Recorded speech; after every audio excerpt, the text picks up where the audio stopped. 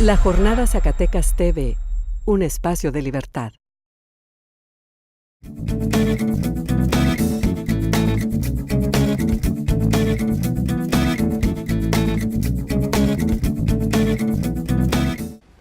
Hola, ¿qué tal? Bienvenidos a Acentos, un programa dedicado al análisis y debate de los temas más trascendentes del momento.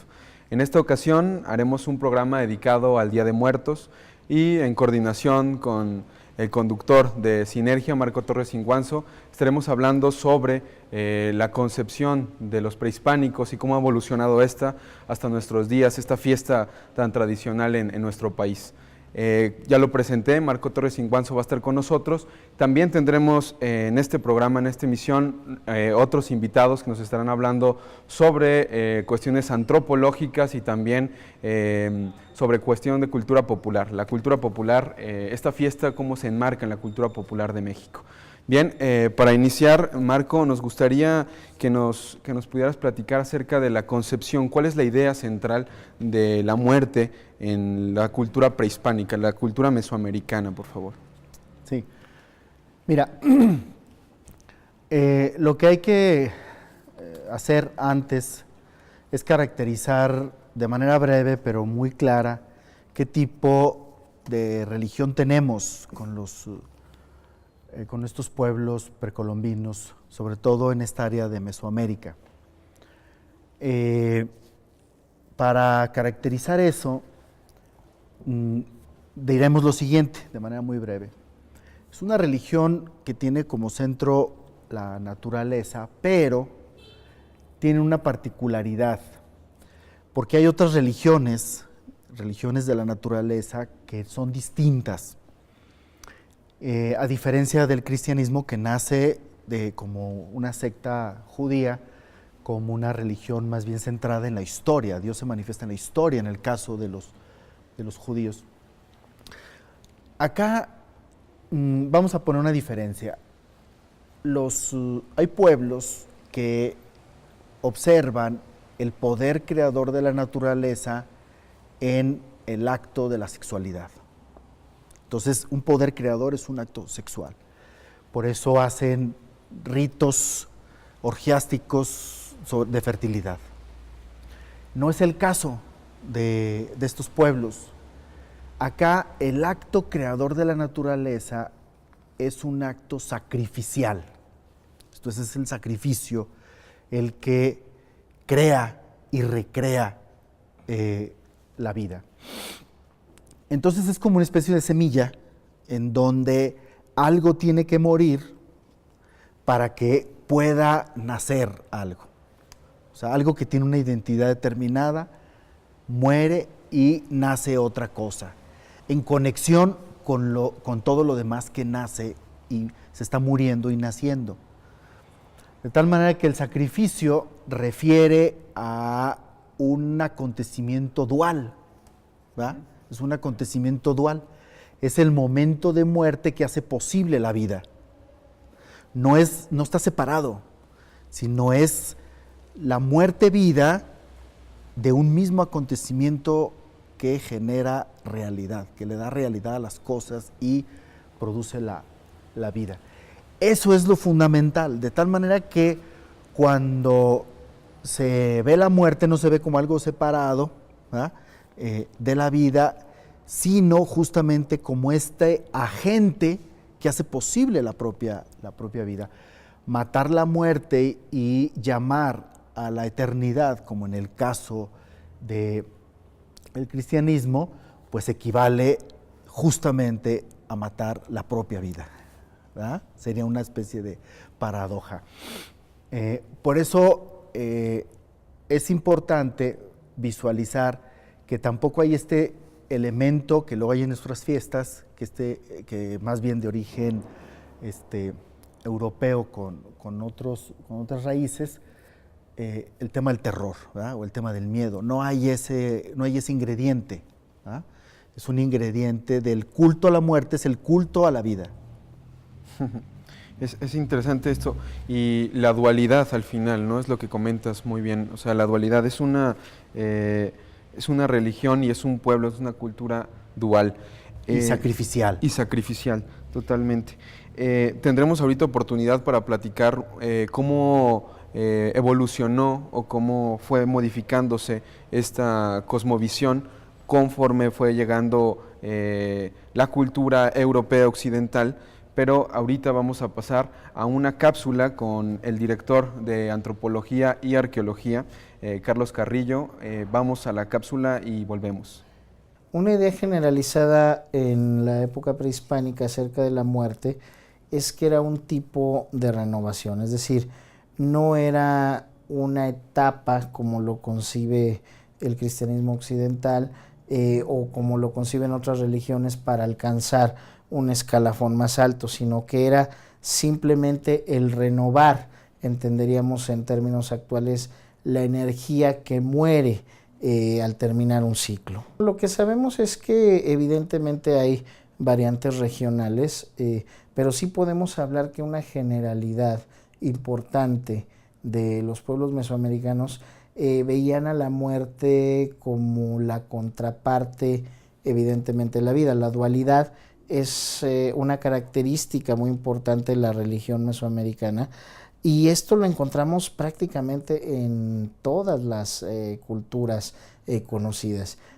Como les decía, probablemente haya variantes regionales o locales, pero no cambia la concepción, lo que llaman algunos investigadores el núcleo duro de la creencia acerca de la muerte, al menos en el territorio mesoamericano.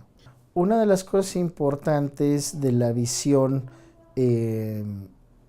prehispánica es que vamos a entenderlo como las almas o las energías de los difuntos iban a regiones específicas del universo.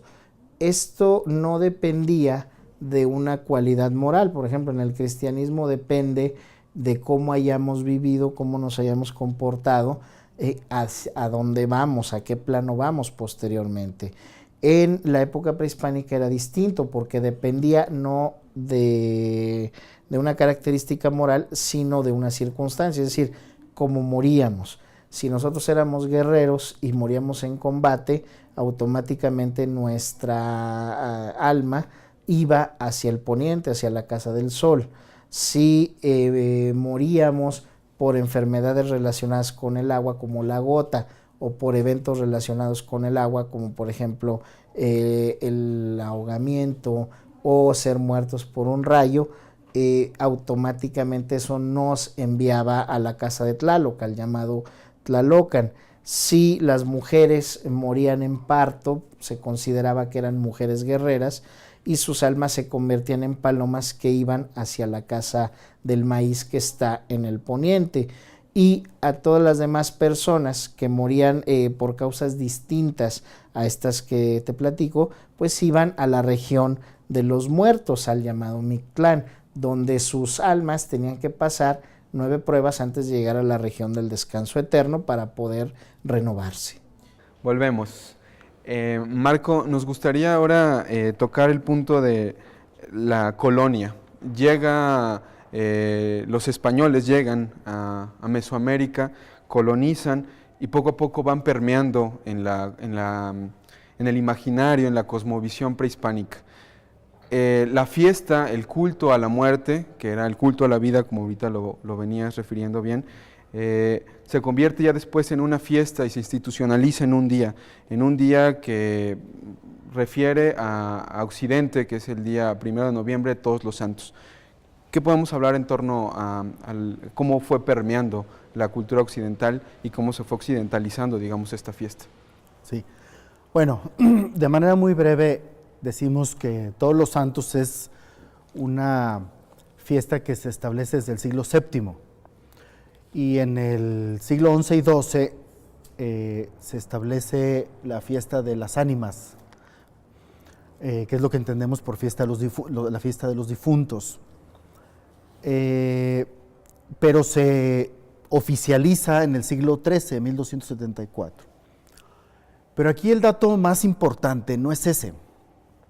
El dato más importante es ver que ya cuando llegan los españoles acá a América, pasa algo muy importante en todo ese transcurso, que es que toma una gran relevancia la creencia en el purgatorio, en las ánimas del purgatorio. Esta estancia intermedia en donde permiten purificar y en donde es la posibilidad de lavar culpas después de muerto, pero en donde incluso dependen esas ánimas de la acción que se haga desde acá, desde los vivos.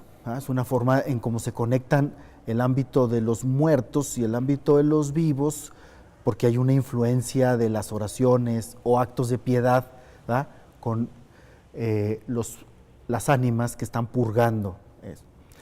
Pero es muy importante eso, porque cuando llega los españoles, la Iglesia Católica en el siglo XVI, que tiene este cisma, una manera de diferenciarse del protestantismo es dándole gran relevancia al purgatorio. ¿Por qué razón? Porque una de las diferencias entre católicos y protestantes es que entre los católicos la Iglesia es una mediación, ¿verdad? Tiene una función intermediaria o mediadora entre la experiencia y la propia experiencia de Dios con cada sujeto. En cambio, los protestantes no, los protestantes tienen libre interpretación y se zafan de esa idea. Entonces, una manera de reivindicar el catolicismo es justamente con el purgatorio. Por eso Lutero rechaza la idea del purgatorio, ¿verdad? Es típicamente y muy, muy católica. Entonces, la España, que luego viene Trento, ¿verdad?, reivindican eso, y eso va a ser muy importante para el culto a los muertos, ¿verdad?, en América, con creencias que vienen de España, ¿verdad?, que luego, ya sobre todo en pleno barroco, van a empezar a generar combinaciones muy interesantes.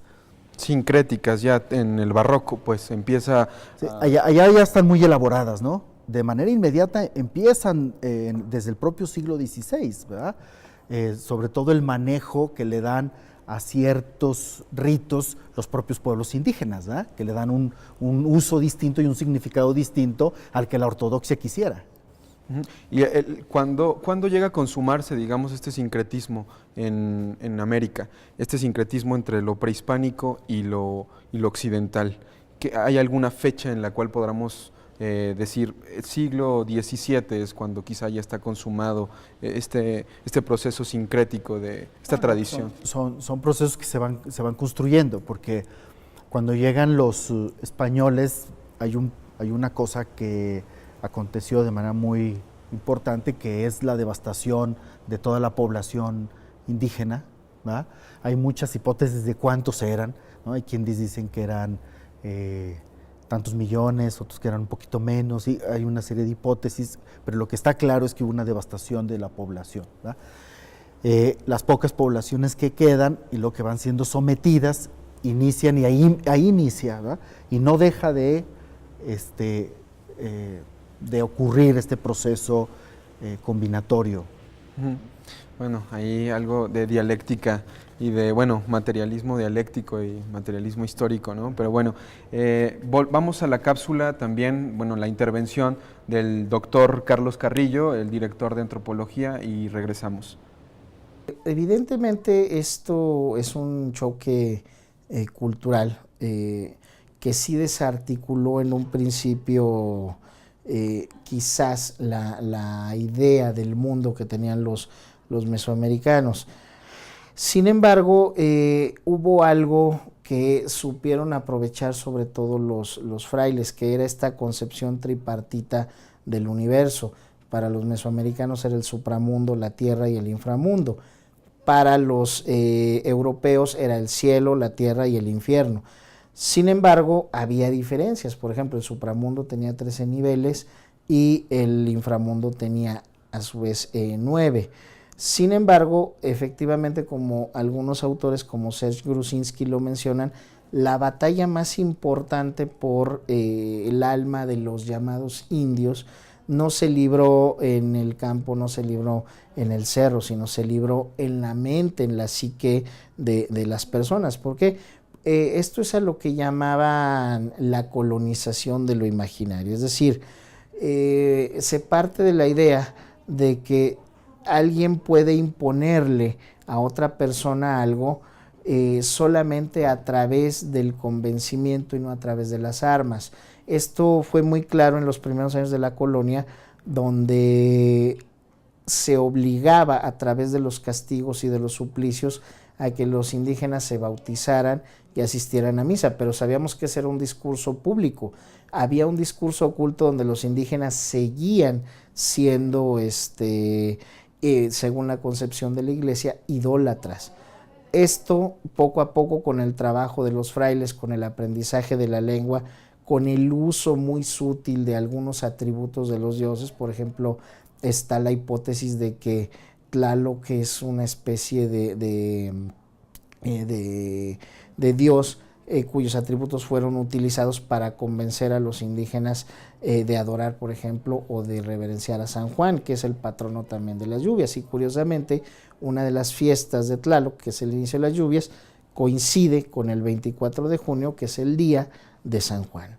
Bueno, siguiendo un poco a Octavio Paz, él planteaba la idea de que nosotros somos indiferentes ante la muerte porque es una muestra o es la prueba de que también somos indiferentes ante la vida, y que nuestra actitud ante la muerte, de burlarnos, de bailar con ella, de jugar con ella, no es más que un reflejo de cómo nos comportamos en vida. Es decir, que también en vida nos burlamos de todo, no tenemos interés por nada. Y bueno, puede ser que esto sea la cristalización de un miedo que irremediablemente todos los seres humanos tenemos, que es el desaparecer. Finalmente, el burlarnos de la muerte no es más que hacer amigable o hacer, digamos, alcanzable la coexistencia de algo que no entendemos. Es decir, buscamos racionalizar algo que para nosotros, desde el punto de vista biológico, es racional, pero desde el punto de vista psicológico no lo es. Es decir, ninguno de nosotros nos imaginamos muertos, ¿verdad? No sabemos qué va a pasar, y seguramente todos los seres humanos tenemos temor a ese momento, al margen de cómo lo concibamos o lo que digamos. Y yo creo que una manera de hacer, digamos, pasable, o de no pensar en ello, o de hacer simplemente accesible esto que no podemos entender, es humanizándolo. De hecho, la calavera de Posadas, la Catrina, todo esto, pues, no es más que una humanización de ese fenómeno que no alcanzamos a comprender a cabalidad, pero que al mismo tiempo demuestra que sí buscamos la manera de racionalizarlo. ¿Qué tal? Regresamos y se incluye aquí a la plática, a este programa del Día de Muertos, este especial de Día de Muertos, el maestro Martín Letechipía, quien es promotor de la cultura popular y también maestro de la Escuela Popular de Arte en Tacoleche. Bienvenido, maestro. Gracias. Bien, estábamos comentando sobre el proceso de síntesis, o más bien de sincrético, el sincretismo que ahora perdura en nuestros días, en esta fiesta, en esta festividad tan tradicional. Algunos hablan de burla, algunos hablan de festejo, de fiesta, una especie de carnaval que se vive en esta fiesta, en función de tenemos aquí atrás una ofrenda con calaveritas de azúcar, de chocolate, tenemos pan de muerto que tiene una especie de huesos, esqueletos que nos los comemos. ¿Cuál sería como la lectura que le damos a la cultura, en la cultura popular, en el imaginario del mexicano, respecto a esta cultura, a esta tradición tan sincrética, tan peculiar y tan particular de México? Sí, yo considero que hay una riqueza de esta diversidad que se generó cuando se encuentran estos dos mundos, ¿verdad? A la culinaria prehispánica se le agrega, por supuesto, una serie de elementos que vienen de España, y nosotros sabemos que desde época prehispánica se ofrendaba, ¿verdad?, a los muertos, y se hace un sincretismo y una diversidad, hay una riqueza pues en torno a esta conmemoración, a esta celebración. Los españoles, por supuesto, implantan el 2 de noviembre como la fecha para recordar a los difuntos, el primero, el Todos Santos, pero el pueblo de alguna manera tiene sus propias formas de rendir culto. Es bien cierto que no fue de la noche a la mañana. Los pueblos indígenas, sobre todo, con toda esa riqueza cultural que tenían de siglos, por supuesto que aprovechan los elementos que traen los españoles y hacen su propia interpretación y su propia manera de conmemorar a sus muertos. Y da como resultado un altar en el cual tenemos, por ejemplo, frutas tan originarias de México como es el camote, como es la calabaza, ¿verdad?, como es el chayote, y se combina con todos los turrones y los azúcares y toda esa riqueza de la cultura árabe incluso, que se incorpora y que da como resultado el altar para los muertos, que es riquísimo porque no solamente incorpora las frutas de la temporada, los cereales de temporada, es una fiesta porque también es la celebración de la buena cosecha, ¿verdad?, para los grupos campesinos. Entonces, para el pueblo tiene ese sentido de celebración, ¿verdad?, que se interpreta a través de la artesanía, de las calaveritas de dulce. No para todos los pueblos en general, porque hay que recordar que los grupos indígenas son muy solemnes para conmemorar a sus muertos. No es la pachanga, no es tampoco el carnaval como tal, solo algunos grupos. Así es, pero en general da una riqueza tremenda, ¿no? El altar de muertos es producto de esas dos mezclas interesantísimas. Fíjate que en el barroco es entre el siglo XVII y XVIII es donde mucha de esta cultura popular toma cuerpo, sobre todo cuando el altar entra a los espacios domésticos, ¿verdad?, y se hace el altar doméstico, el altar de los muertos propios, y en donde surge también toda una culinaria de la muerte. Y esto es muy importante porque el acto de morir es un acto en soledad, ¿verdad?, es un acto de soledad estricta. Nadie dice nunca jamás he muerto, ¿verdad?, es en soledad y sin... Pero el momento del altar con la culinaria es que es un momento en donde la comida se convierte en un proceso de comunión entre vivos y muertos. Y el encuentro y la comunión es sacar al muerto de su soledad. Y es el momento, por tanto, del festejo, porque es un encuentro, es el momento del encuentro, ¿verdad? Por eso es importante que sí hay un proceso de retribución a los dioses, por ejemplo, desde el mundo indígena, por los frutos que la muerte misma produjo, que es fértil, la fertilidad, se le regresa algo, pero también con todos estos elementos barrocos, ya un poco más con identidad propia nuestra, pues es este momento en donde la forma de mesa, la culinaria, se convierte en la comunión entre nosotros con nuestros antepasados. Eso tiene un elemento muy importante de cohesión social y hasta asuntos con el Estado y etcétera, ¿no? Sí, justo el maestro de antropología hablaba de esta fiesta como un factor de cohesión. Se institucionaliza, intenta cohesionar al pueblo de México, porque bien a bien los pueblos prehispánicos no tenían un día, no tenían una fecha particular, sino tenían fiestas, ¿no? Fiestas que después se convierten en un día para honrar, para celebrar, para tener comunión con los muertos. ¿Cuál ha sido, digamos, hoy, o qué perciben hoy en día de particular en la fiesta, digamos? hay libros, pues hay estudios de los mexicanos y que parecen exóticos, pues esta fiesta parece exótica ante el mundo.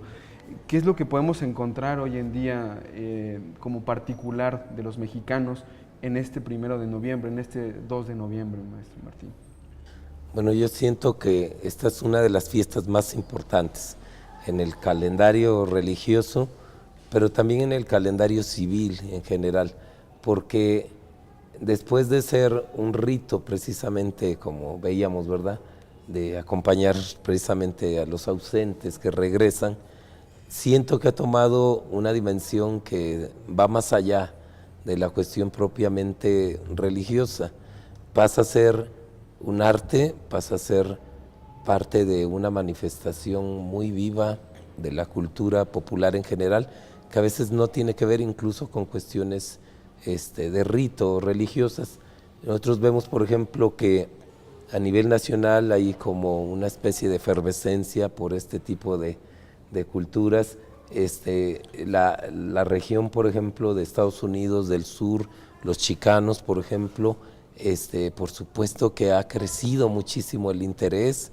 Ha habido, yo creo, un aumento de las manifestaciones de la cultura popular en torno a la muerte.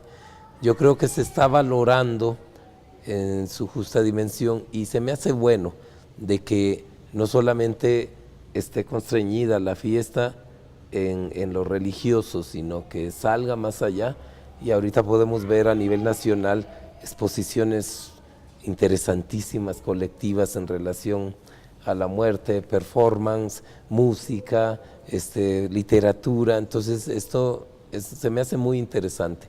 Lo vemos aquí en Zacatecas, ¿no? Eso. Sí, trasciende el hecho, al ritual religioso y pasa estas fronteras. A mí me gustaría tocar este punto que para muchos es como interesante, pues lo que menciona Paz, o lo que se ha interpretado Paz, Octavio Paz, en El laberinto de la soledad, o que algunos lo consideran como, o lo han interpretado así, ¿no?, como el mexicano se burla de la muerte. Pero no es tan así, ¿no? No lo comentabas tú, Marco, no hay una burla esencialmente, o sea, es algo más allá, ¿no? Sí, no hay una burla, hay un festejo, es esta calavera sonriente, o incluso ya en la propia cultura popular vemos ya no solamente el caso de las calaveras de Posadas, sino en pleno nacionalismo mexicano, en el arte más nacionalista, como el caso de Rivera, ¿verdad? También los muertos de Rivera, que también tiene mucho festivo, bebiendo, ¿verdad? Hay una bebida, etcétera. Y eso es básicamente, es justamente el tema del salir de la soledad, del encuentro y el festejo, con el que nosotros lo experimentamos de esa manera. Muy bien, vamos a entrar un poquito de lleno, o intentar entrar de lleno en el tiempo que nos queda, la tradición del Día de Muertos en Zacatecas. Maestro Martín, usted publicó un libro que se llama Muerte Florida, en donde hace un estudio, un repaso histórico de esta festividad, y llega a Zacatecas. ¿Qué podemos encontrar en Zacatecas en esta fiesta, esta tradición mexicana del Día de Muertos? Sí, este es un libro modesto porque por supuesto que hace falta muchísima investigación antropológica, etnológica, histórica en relación a la muerte en Zacatecas, pero de alguna manera intenta llenar ese vacío, porque hasta hace poco se comentaba de que Zacatecas no tenía una tradición tan antigua, ¿no?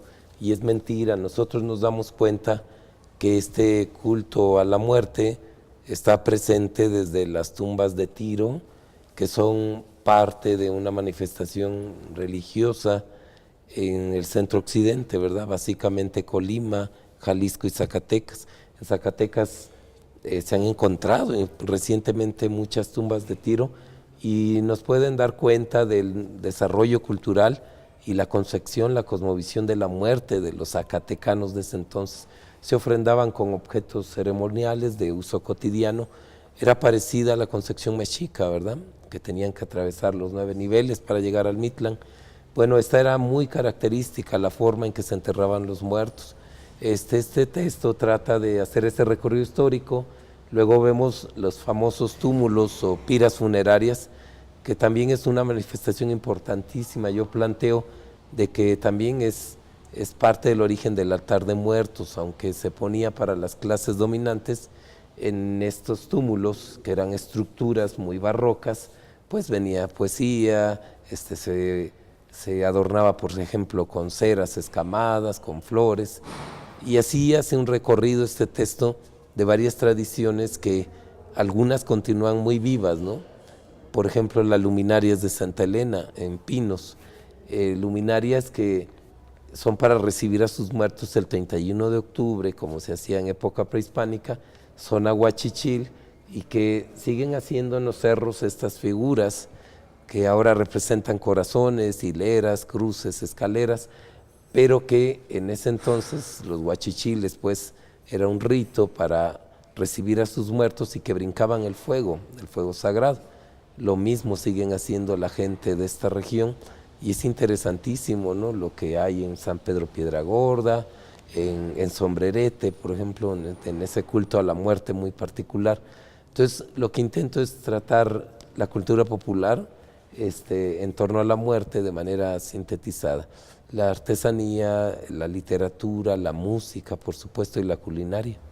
Esta fiesta de Santa Elena, bueno, suena interesante, yo no la conozco, no sé si tú, Marco, pero ¿qué es exactamente lo que hacen? Dices, pintan o iluminan los cerros, digamos. Sí, hacen figuras enormes en los cerros, hacen corazones, se prepara la gente desde la tarde, va a recoger leña, tlasol, cosas que pueda prender, y hacen figuras en los cerros, en el cerro de Morenos, que es un cerro muy grande, y hacen esas figuras en el pueblo, la gente saca su ofrenda y ponen una fogata, y en la noche empiezan a brincar la fogata para recibir a sus muertos. Entonces, eso por supuesto tiene una conexión totalmente con la costumbre huachichil, y que está viva, ¿no?, está muy viva, y que es interesantísima, y que lamentablemente pocos zacatecanos saben de esa costumbre. Y así como esto, hay otras manifestaciones en pueblos y ranchos muy pequeños y que no se conocían tanto, pues, ¿no? Y eso es lamentable, porque a veces se piensa que Zacatecas solo es la capital, y no es cierto. Zacatecas es riquísimo y todavía está muy virgen en cuanto a la investigación. Y cosas como estas, ¿no?, los tipos de panes de muertos que se elaboran, la comida, la bebida, es interesantísimo, es todo un mundo por explorar. Sí, vamos a pasar a la cápsula del doctor Carlos para intentar llegar a unas conclusiones, las últimas impresiones de este programa. Volvemos en un segundo. Bueno, la tradición como tal existe, simplemente que se ha vuelto mecánica. Es decir, mucho nos escuchamos que hay que mantener las tradiciones, hay que conservarlas, pero bueno, hay también una serie de personas, sobre todo gente muy joven, que dice, bueno, ¿para qué, por ejemplo, poner altar de muertos? ¿Para qué ir a visitar al panteón? Y algunos dicen, bueno, es que la influencia externa, el Halloween sobre todo, está matando el Día de Muertos. Me parece que no es exactamente eso, sino que hay una explicación mucho más simple. No se puede querer lo que no se conoce, y no se puede querer lo que no se comprende. En este sentido, muchos quizás todavía ponemos altar, celebramos el Día de Muertos, pero sin conocer cuál es el trasfondo de esta fiesta, es decir, cuándo se origina. Mucha gente cree que el Día de Muertos, el poner altar, es una tradición prehispánica, y realmente, aunque tiene elementos prehispánicos, la tradición de Día de Muertos es de origen europeo, es de origen aquí en México colonial. El día 1 de noviembre, que es el Día de Todos Santos, es instaurado más o menos en el siglo XI por el abad de Cluny, y el día 2 de noviembre de los fieles difuntos, que son todos estos mártires que murieron digamos a nombre del cristianismo, pero cuyos nombres no están en el calendario, se instaura más o menos en el siglo XIV. Entonces, algunos elementos tradicionales que nosotros tenemos, como por ejemplo el pan de muerto, que es redondo y que según algunos estudiosos simboliza el ciclo de la vida, tiene arriba unas especies como de canelones que pueden estar significando los huesos de los antepasados, etcétera, pues son realmente cosas que vienen desde Europa, ¿no? Porque los panes de dulce en forma de persona, en forma de difunto precisamente, eran hechos en España prácticamente, bueno, en la península ibérica prácticamente desde el siglo XIV, XV. Entonces, aquí en México particularmente, también se le ha dado un uso político, a falta de, por ejemplo, símbolos que cohesionen a la sociedad. Perdón, el Día de Muertos, pues es un símbolo más que se ha utilizado para intentar darle identidad al pueblo mexicano. El problema de esto es que sigue siendo una identidad mecánica. Mientras nosotros no sepamos por qué estamos poniendo flores de cempasúchil, que ese es un rasgo indígena, no sepamos por qué estamos poniendo una cruz, o por qué estamos poniendo sal, o por qué estamos poniendo esto o lo otro en un altar, realmente no estamos conservando una tradición, estamos repitiendo un patrón que vimos, pero que la mayoría de las veces no entendemos. Entonces, para que una tradición de este tipo no solamente sobreviva, sino que sea realmente un marcador de identidad, primero tiene que ser comprendida, y para ser comprendida pues se tiene que entender la historia de esa tradición. Bien, regresamos a este último bloque, las conclusiones. Maestro Martín, nos gustaría conocer su opinión. El director de antropología comenta que la tradición lamentablemente se ha convertido en algo mecánico que ya no pensamos, que ya no sabemos por qué ponemos una flor de cempasúchil, por qué poner tantos niveles. Dice, la tradición se ha convertido en algo mecánico y por lo tanto ha perdido cierto valor en la sociedad contemporánea. Además, para que nos comentes al final una hipótesis que existe ahí sobre el surgimiento de las calaveras estas literarias, así es. Sí, yo pienso que se ha vuelto un tanto efímero a veces la celebración, a veces en aras de hacer espectacular determinada fiesta, se comercializa, se vuelve efímera, se pierde la esencia, por supuesto, ¿verdad? Hacer carros alegóricos, espectaculares, todo esto puede ser bueno, pero si no se tiene el suficiente conocimiento, se cae precisamente en el show, en el espectáculo. Y creo que la cultura popular está reñida precisamente con esa parafernalia que generan a veces los medios, ¿no? De hacer todo comercio y de hacer todo un show, ¿no? Entonces la gente de los pueblos sí sigue conservando su esencia y sigue haciendo el rito, y de alguna manera creo que eso salva mucho la situación. Y bueno, en relación a la segunda pregunta, yo sí planteo de que la tradición de las calaveras literarias sí surgen en Zacatecas porque no solamente yo lo planteo, sino Mercurio López, el que escribe un libro bien interesante de la historia de la gráfica de la muerte en México, Gabriel Fernández Ledesma, muchos teóricos y artistas plásticos plantean que las calaveras literarias surgen cuando se escribe en 1792 un libro que se llama La portentosa vida de la muerte, escrita por Joaquín Bolaños, un fraile del convento de Guadalupe, y ilustrada por Francisco Agüera, 18 grabados que se hicieron en cobre, son bien interesantes.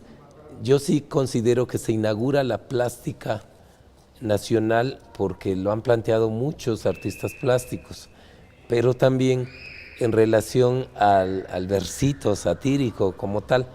El mismo fraile decía que intenta presentar la muerte de manera graciosa, divertida, con un tono de gracia, dice él. Yo creo que no lo logra porque es un tanto aburrido su libro, pero intenta hacerlo, y hay una primer calavera que se ha considerado, también lo plantea Mercurio en su libro, que es así como el libro base de la plástica de la muerte en México, que dice que nace precisamente en el convento de Guadalupe, Zacatecas. Por supuesto, esto genera debate. Yo sí considero que ahí nació la primera calavera. Se dice que fue hasta la independencia con Santiago Hernández que surgen las calaveras. No es cierto, ya había muchísimos textos que retrataban a la muerte, a la parca, de manera humana. Yo creo que desde el momento en que es un verso que hace sátira a la condición humana, se convierte en una calavera. Entonces el padre, el fraile Joaquín Bolaños, creo que lo logra en determinados momentos. Entonces, para mí que sí es el surgimiento en Zacatecas. Y lo que no se pone en duda es que aquí nace la plástica en torno a la calavera, porque definitivamente Posadas, Pichet, Manuel Manilla, toman precisamente de esa muerte, de esos 18 grabados, y eso ya está superado. O sea, ha habido muchos debates y todos coinciden que fue con la obra de La portentosa vida de la muerte que surge la plástica en relación a la muerte. Bien, pues ahí está ya planteada una hipótesis que suena interesante, y habrá que ver también qué reacciones tiene en el mundo académico y en los demás ámbitos.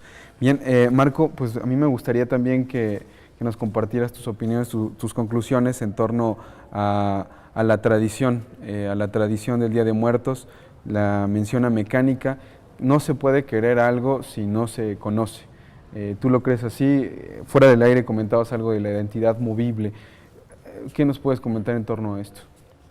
Claro, la identidad es una cosa que se va reconstruyendo continuamente, y el tema del saber, ¿qué significa saber en estos terrenos?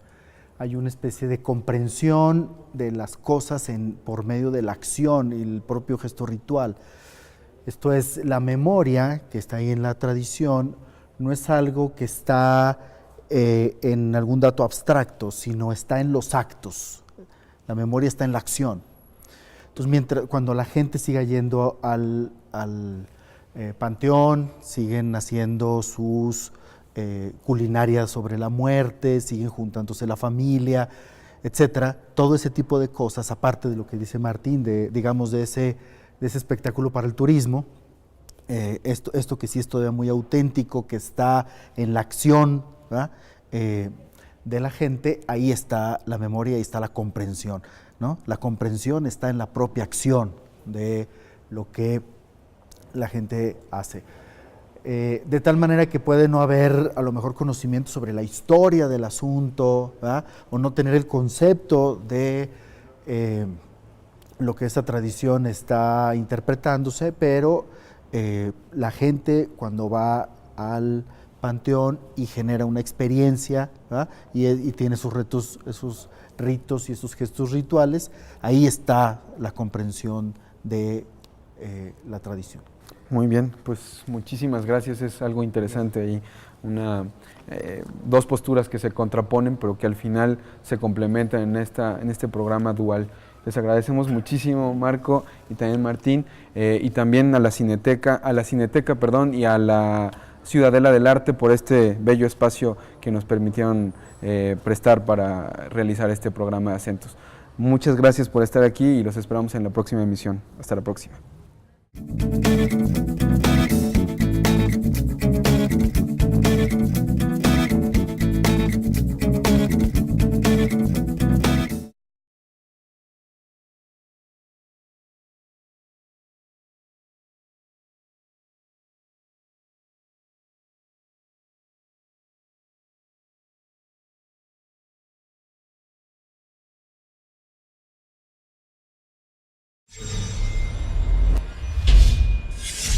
La Jornada Zacatecas TV, un espacio de libertad.